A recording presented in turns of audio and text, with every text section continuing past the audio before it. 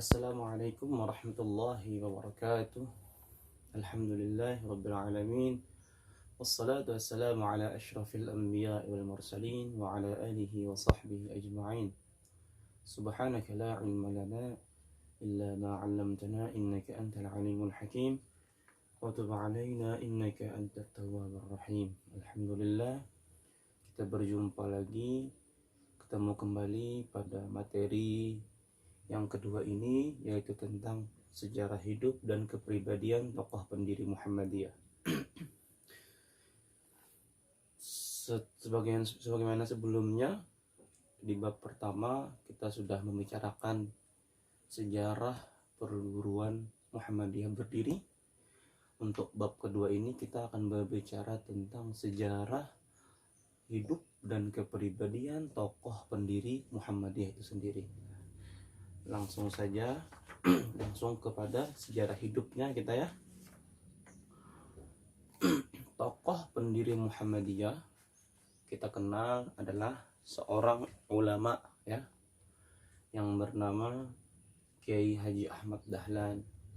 Beliau lahir dari seorang pasangan, jadi langsung ya saya tulis ya, pendiri Muhammadiyah yaitu Kiai Haji Ahmad Dahlan. Ahmad Dahlan. Beliau ini lahir dari pasangan Kiai Haji Abu Bakar dan Siti Aminah. Jadi ayah dan ibunya bernama Kiai Haji Abu Bakar dan ibunya bernama Siti Aminah. Yang mana Kiai Haji Abu Bakar ini juga seorang ulama yang ada di Yogyakarta. Dan dari ibunya Siti Aminah tadi adalah putra dari Haji Ibrahim yang menjabat sebagai penghulu Kesultanan Yogyakarta. Ya. Jadi ayahnya seorang ulama, kalau ibunya dari kalangan keraton Yogyakarta ya. Kesultanan Yogyakarta. Nah, Kiai Ahmad Dahlan ini adalah anak dari anak keempat dari 7 bersaudara. Jadi saudara-saudaranya ada 7. Beliau adalah anak keempat dari pasangan Kiai Haji Abu Bakar dan Siti Aminah tersebut. Kiai Haji Ahmad Dahlan kecil itu waktu kecil tergolong anak yang cerdas, santun dan menjadi teladan bagi teman-temannya. Sebagaimana lazimnya anak kiai, apalagi khatib amin ya, terkenal di Kauman, Ahmad Dahlan memperoleh perlakuan yang positif dari masyarakat. Tidak sedikit dari warga masyarakat di Kauman yang saat itu menginginkan anaknya tumbuh seperti Kiai Haji Ahmad Dahlan. Nah, istri daripada Kiai Haji Ahmad Dahlan ini adalah Siti Walidah. Nah, kalau ini ayahnya ya, ayahnya bernama Kiai Haji Abu Bakar. Kalau ibunya bernama Siti Aminah. Ini adalah orang tua ya. Orang tua. Nah, kalau istrinya bernama Siti Walidah. Istrinya bernama Siti Walidah.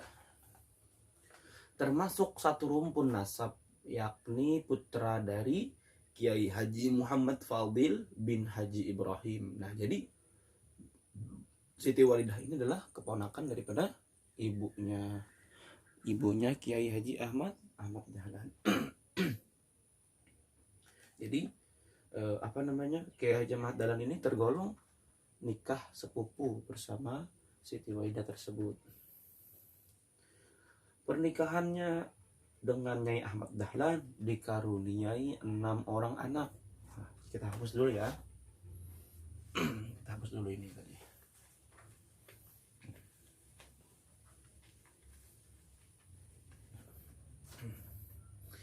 Pernikahannya dengan Siti Walidah tadi,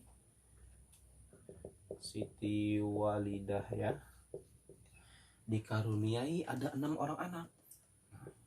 Ada 6 orang anak, banyak ya. Yang pertama itu ada Johanna, Siraj, Siti Bushra, Siti Aisyah, Irfan, dan Siti Zuharoh.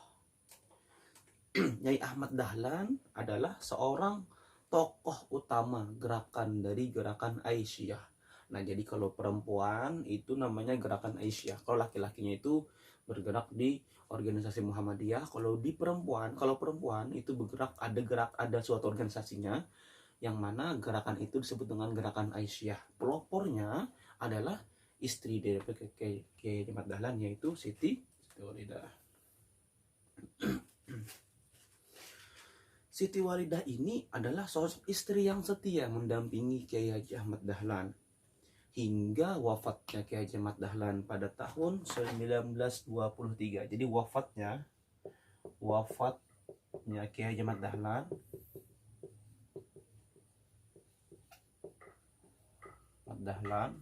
pada tahun 1923 Masehi. Nah, ini wafatnya, tahun wafat. Sedangkan Nyai Ahmad Dahlan meninggal atau wafat pada tahun 1946. Jadi ada berapa selisihnya ini?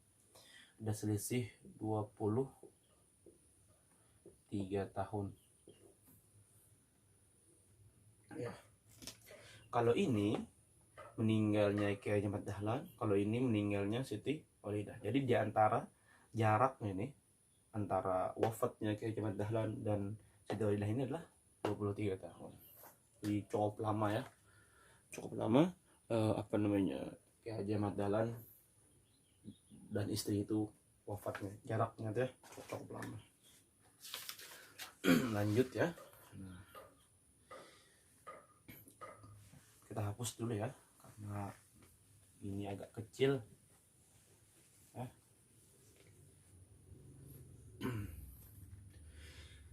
Kiai Haji Ahmad Dahlan belajar pemikiran para tokoh pembaharu Islam.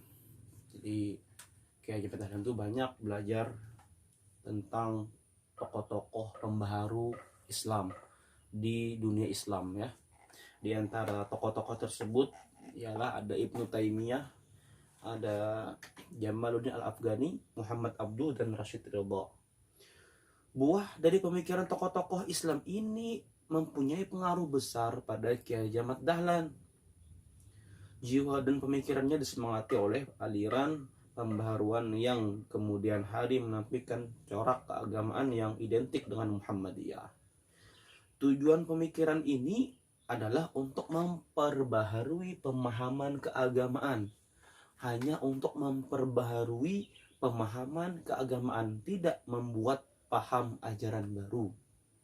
Ya, jadi Kiai Ahmad Dahlan itu belajar dari tokoh-tokoh pembaharu Islam itu hanya untuk memperbaharui pemahaman terhadap keagamaan, tidak membuat paham agama baru. Ya, Islam tetap Islam, cuman hanya pemikirannya saja, pemikiran keagamaannya yang diperbaharui, bukan membikin agama baru yang pada akhirnya itu Kiai Ahmad Dahlan dituduh macam-macam.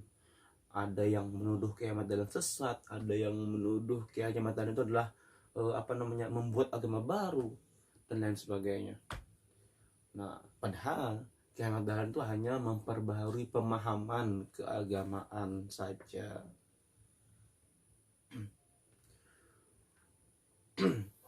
Langsung ya.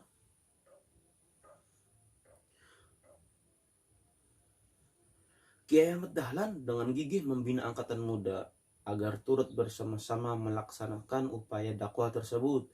Selain itu, tujuan membina angkatan muda juga untuk meneruskan dan melangsungkan cita-citanya membangun dan memajukan bangsa ini dengan membangkitkan kesadaran akan ketertindasan dan ketertinggalan umat Islam di Indonesia. Nah, strategi yang dipilihnya untuk mempercepat dan memperluas gagasannya tentang gerakan Muhammadiyah, gerakan dakwah Muhammadiyah, ialah dengan mendidik para calon pamong praja atau calon, kalau bahasa sekarang itu adalah calon-calon pejabat ya, yang belajar di Ospia. Nah, jadi strategi untuk mempercepat gagasan dakwah Muhammadiyah itu tersebar yaitu dengan cara mengajarkan paham-paham dakwah Muhammadiyah di Ospia Magelang. Jadi Ospia itu adalah salah satu sekolah, salah satu lembaga pendidikan yang mana itu mendidik calon-calon para pejabat publik dan calon guru yang belajar di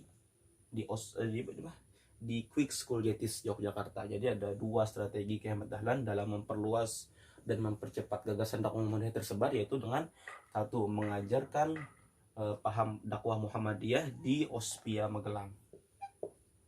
Ospia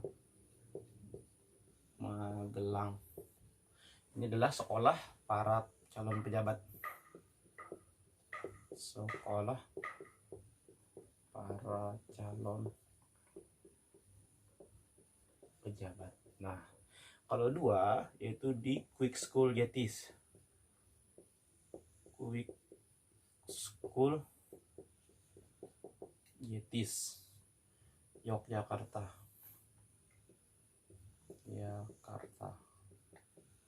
Ini adalah sekolah calon guru. Nah, tuh ada dua strategi yang dipilih oleh Kiai Ahmad Dahlan dalam mempercepat dan memperluas paham-paham dakwah Muhammadiyah, yaitu dengan cara mengajar di sini Ospia Magelang dan di Quick School Jetis Yogyakarta. Nah, kenapa alasannya? Kenapa alasan Kiai Ahmad Dahlan memilih ini? Ada dua tempat ini. Yang pertama, para calon pamong praja diharapkan akan memperluas gagasannya karena mereka akan menjadi orang yang berpengaruh luas di tengah masyarakat ya. Jadi ketika Kiai Ahmad Dahlan mengajarkan ke calon-calon pejabat, maka ketika itu pula calon pejabat itu akan menyebarluaskan paham-paham Muhammadiyah, paham dakwah Muhammadiyah ke masyarakat-masyarakatnya. Nah, itu. Nah, yang kedua yaitu kenapa jadi Kiai Ahmad Dahlan mengajarkan di Quick School Jetis? Ya. Demikian juga dengan para calon guru yang diharapkan akan segera mempercepat proses pemahaman tentang gerakan dakwah Muhammadiyah karena mereka akan mempunyai murid yang banyak. Nah, untuk itulah Muhammadiyah berdiri. Kiai Ahmad Dahlan mendirikan sekolah calon guru yang kemudian dikenal dengan Madrasah Muallimin atau Quick School Muhammadiyah dan Madrasah Muallimat, Quick School istri daripada Muhammadiyah. Maksudnya yang perempuannya ya. Maka pada tahun inilah, langsung saja ya, kita sudah hapus ini. Kita cepat saja ya.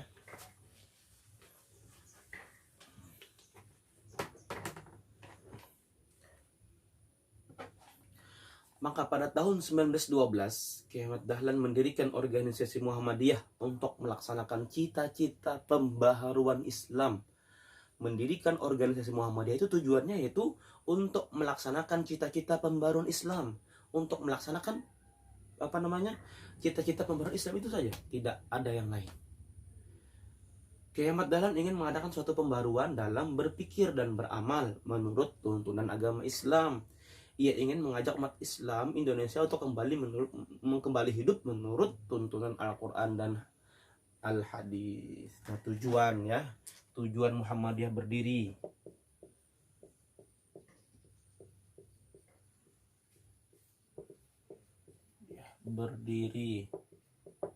yaitu untuk melaksanakan cita-cita pembaruan Islam. Nah, tujuannya. Jadi tujuannya untuk melaksanakan cita-cita pembaruan Islam, ya. Maksudnya pembaruan Islam adalah berpikir, pembaruan Islam adalah maksudnya berpikir dan beramal menurut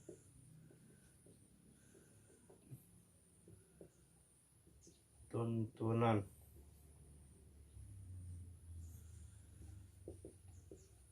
agama Islam, yaitu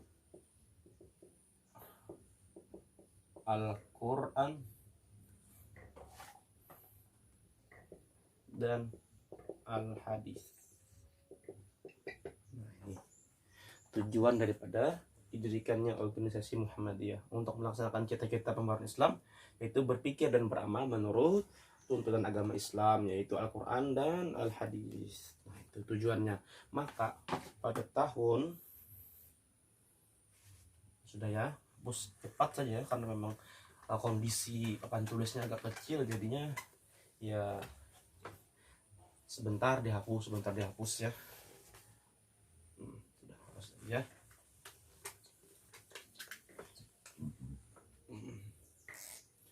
Maka pada tanggal 18 November 1912 Masehi atau bertepatan dengan 8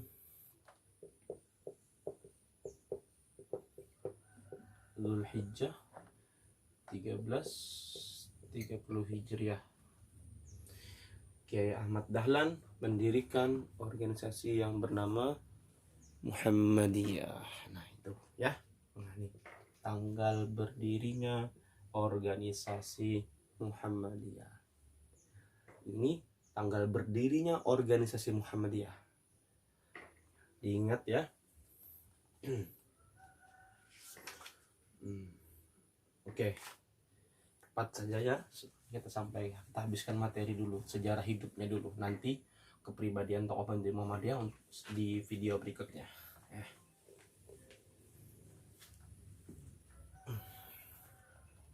Nah, gagasan pendirian Muhammadiyah oleh Kiai Ahmad Dahlan ini juga mendapatkan pertentangan, baik dari keluarga maupun dari masyarakat ya. Nah, jadi banyak mendapatkan tentangan, banyak mendapatkan rintangan Kiai Ahmad Dahlan itu ketika mendirikan Muhammadiyah. Tidak gampang mendirikan organisasi Muhammadiyah pada zaman dahulu. Dari keluarga, dari masyarakat, semua menolak ya. Banyak yang menolak. Ia juga mendapatkan pertentangan baik dari keluarga maupun dari masyarakat. Berbagai fitnahan, cacian, dan tuduhan datang bertubi-tubi kepadanya. Ia dituduh hendak mendirikan agama baru yang menyalahi agama Islam, dan ada juga yang menuduhnya adalah kiai palsu karena sudah meniru-niru bangsa Belanda yang Kristen dan berbagai tuduhan lainnya. Bahkan ada pula orang yang hendak membunuhnya.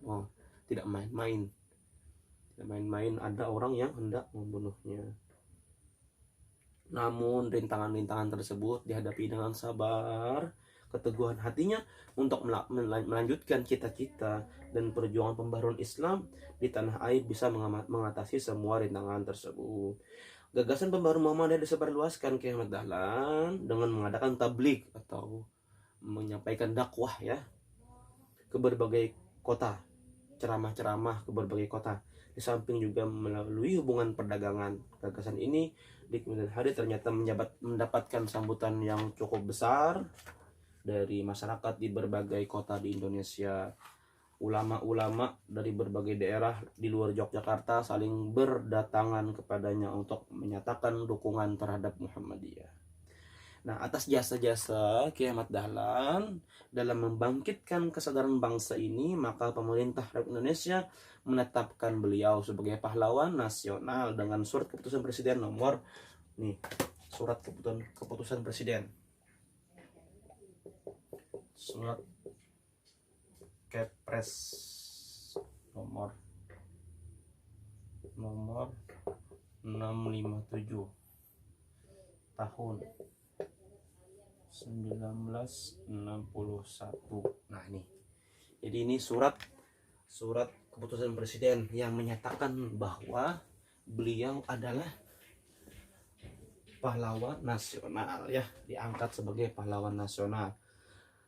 Dasar-dasar penetapan itu ialah yang sebagai berikut. Yang pertama itu ada Kiai Ahmad Dahlan telah mempelopori kebangkitan umat Islam untuk menyadari nasibnya sebagai bangsa yang terjajah yang masih harus banyak belajar. Yang kedua, dasar itu ialah dengan organisasi Muhammadiyah yang diberikan oleh Kiai Ahmad Dahlan telah banyak memberikan ajaran Islam yang murni kepada bangsanya, ajaran yang menuntut kemajuan, kecerdasan, dan beramal bagi masyarakat dan umat Islam dengan dasar iman dan Islam. Yang ketiga, dengan organisasi Muhammadiyah, Kiai Ahmad Dahlan telah mempelopori amal usaha sosial dan pendidikan yang amat diperlukan bagi kebangkitan dan kemajuan bangsa dengan jiwa ajaran Islam.